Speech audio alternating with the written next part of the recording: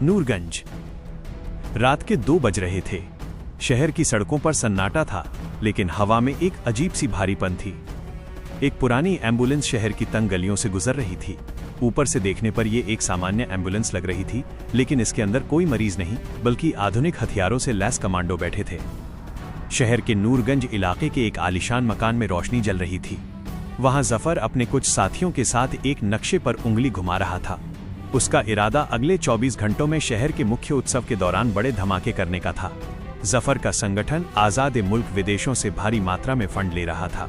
उनका मकसद सिर्फ हिंसा नहीं, बल्कि देश की एकता को हिलाना था। इस खतरे की भनक विक्रम सिंह को 2 दिन पहले एक गुमनाम कॉल से लगी थी, जिसमें सिर्फ एक कोड बोला गया था, बादल फटने वाला है। विक्रम समझ गया था कि यह कोई साधारण चेतावनी नहीं है।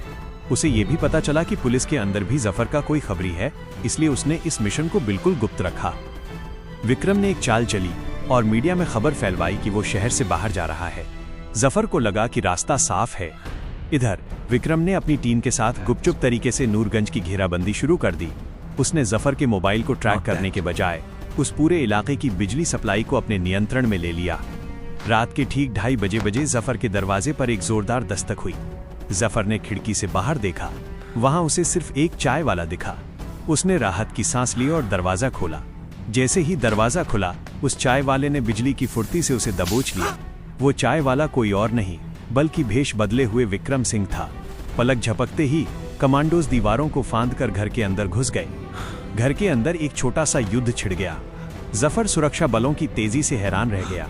विक्रम ने उसे दीवार से सटाकर कहा, तुमने सोचा था कि तुम अंधेरे में छिपे हो, लेकिन हम तो रोशनी लेकर ही आए हैं। जफर फिर भी हंसते हुए बोला, तुमने मुझे पकड़ लिया, लेकिन जो आग मैंने लगाई है उसे कैसे बुझाओगे? शहर के 5 अलग अलग कोनों में मेरे लोग तैयार बैठे हैं। विक्रम के चेहरे पर एक ठंडी मुस्कान आई। उसने अपना वॉकी टॉकी उठाया और कहा, फेज 1 पूरा हुआ, अब फेज 2 शुरू करो। तभी जफर के फोन पर एक के बाद एक 5 मैसेज आए, मिशन नाकाम। जफर की आंखों में खौफ छा गया। उसे समझ नहीं आ रहा था कि विक्रम ने उन 5 गुप्त ठिकानों का पता कैसे लगाया, और वो कौन सा राज है जो जफर अभी भी छुपा रहा है। जफर के चेहरे पर खौफ तो था, लेकिन वो अभी भी पूरी तरह टूटा नहीं था। वो मुस्कुराते हुए विक्रम की आंखों में देखकर बोला, साहब, जिन्हें आपने पकड़ा है वो तो सिर्फ प्यादे थे, असली वजीर तो अभी भी आपके सिस्टम की नाक के नीचे बैठा है। विक्रम समझ गया कि जफर किसी बड़े इनसाइडर की ओर इशारा कर रहा है, जो विभाग के भीतर ही छिपा है। विक्रम ने बिना आपा खोए जफर के सामने एक फाइल फेंकी। उस फाइल में जफर के पिछले 5 सालों के हर एक लेन देन का कच्चा चिट्ठा था। विक्रम ने ठंडे स्वर में कहा, प्यादे हो या वजीर, जब बिसात हमारी होती है तो हर चाल हम ही तय करते हैं। उधर शहर के मुख्य कंट्रोल रूम में एक सीनियर ऑफिसर, जो अब तक बेहद ईमानदार माना जाता था, चुपके से एक सुरक्षित सैटेलाइट फोन से मैसेज भेज रहा था। वही सिस्टम में छिपा गद्दार और इस पूरे खेल का असली मास्टरमाइंड था।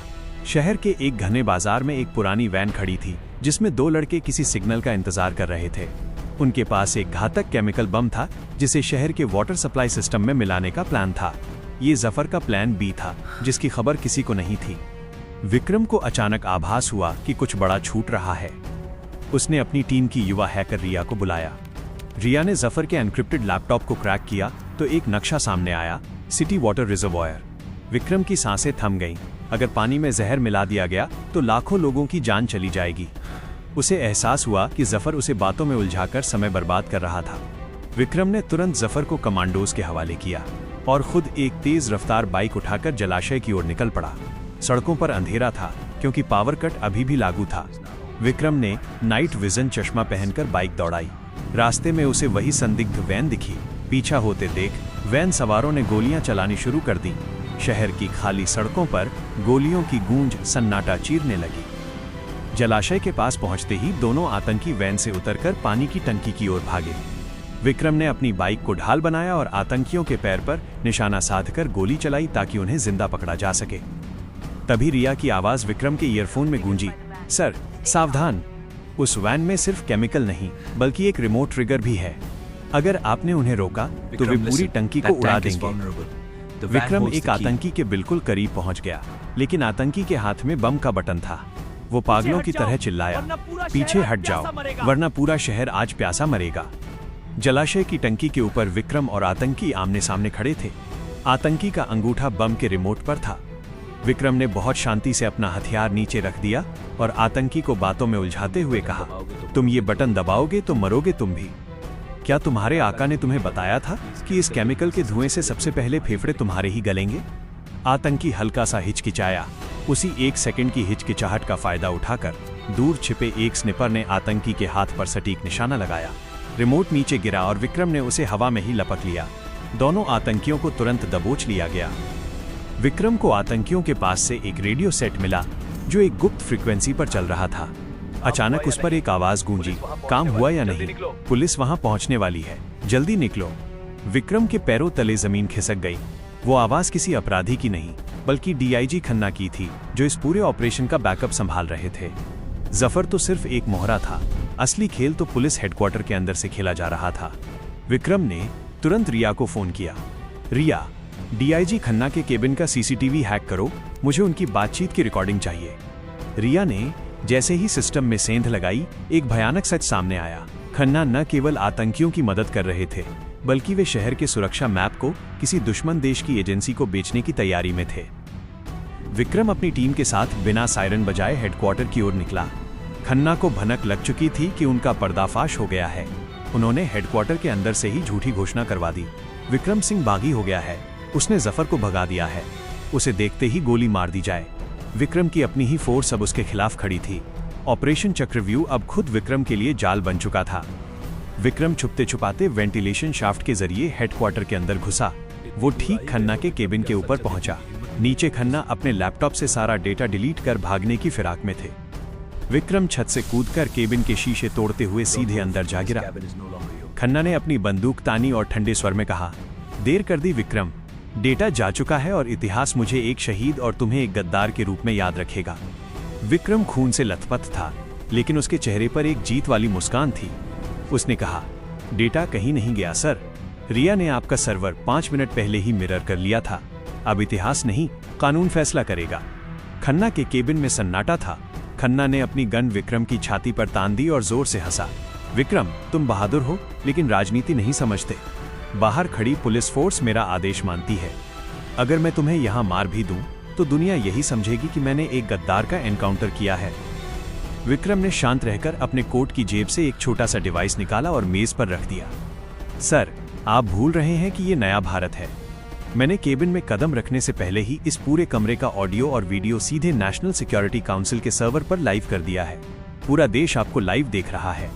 हेडक्वार्टर के बाहर तैनात जवान जो विक्रम को मारने के लिए तैयार थे, अपने अपने मोबाइल पर वो लाइव वीडियो देखने लगे। खन्ना का असली चेहरा सबके सामने आ चुका था। जवानों ने अपनी बंदूकें नीचे झुका ली। खन्ना ने खिड़की के बाहर देखा, जहां अब उसकी निजी सुरक्षा टीम के बजाय असली कमांडोज की गाड़ियां पहुंच रही थीं। खन्ना ने आखिरी कोशिश में लैपटॉप का सेल्फ डिस्ट्रक्ट बटन दबाने की कोशिश की ताकि डेटा मिट जाए, लेकिन विक्रम ने छलांग लगाकर उसे दबोच लिया। उधर जिस जेल की वैन में जफर को ले जाया जा रहा था, वहां अचानक एक जोरदार धमाका हुआ। जफर के कुछ साथियों ने वैन पर हमला कर उसे आजाद करवा लिया। जफर को लगा कि वो बच निकलेगा, लेकिन जैसे ही वो धुएं से बाहर निकला, उसने खुद को चारों तरफ से घिरा हुआ पाया। विक्रम ने पहले ही प्लान सी तैयार रखा था। उसने इंस्पेक्टर समीर को एक बैकअप टीम के साथ गुप्त रूप से वैन के पीछे लगा रखा था। समीर ने जफर के पास जाकर कहा, विक्रम सर ने कहा था कि तुम भागने की कोशिश जरूर करोगे, और उन्होंने ये भी कहा था कि इस बार तुम्हें जिंदा पकड़ने की कोई मजबूरी नहीं है। जफर की हिम्मत टूट गई और वो घुटनों पर आ गया। अगली सुबह का सूरज एक नई उम्मीद लेकर आया। खन्ना और जफर दोनों अब सलाखों के पीछे थे। ऑपरेशन चक्रव्यूह सफल रहा। सरकार ने आधिकारिक तौर पर घोषणा की कि देश के खिलाफ साजिश रचने वाले संगठन और सिस्टम के अंदर बैठे गद्दारों का पूरी तरह सफाया कर दिया गया है। विक्रम सिंह को सम्मानित करने के लिए बुलाया गया, लेकिन वो कहीं नहीं मिला। वो हमेशा की तरह अपनी टीम के साथ किसी नए गुप्त मिशन की तैयारी में गुमनाम अंधेरे में गायब हो गया था। कहानी के अंत में विक्रम एक छोटे से गांव के स्कूल में बच्चों को तिरंगा फहराते हुए देख रहा है। तभी उसके फोन पर एक नया संदेश आता है जो एक नई चुनौती की ओर इशारा करता है। अगर आपको ये वीडियो पसंद आई हो तो हाथ बढ़ाइए और लाइक बटन दबाइए। ऐसी ही दमदार कहानियों के लिए चैनल को सब्सक्राइब करना मत भूलिए। अगर आप लोगों के पास भी ऐसी ही दमदार कहानी है तो हमें जरूर बताइए, कमेंट में लिखिए और इस वीडियो को लाइक करना मत भूलिए। जरूर लिखिए। और अगर आपकी कहानी पसंद आई तो अगली वीडियो में आपकी दी हुई कहानी चलेगी। लेकिन हाँ, कहानी सच्ची घटना होना चाहिए।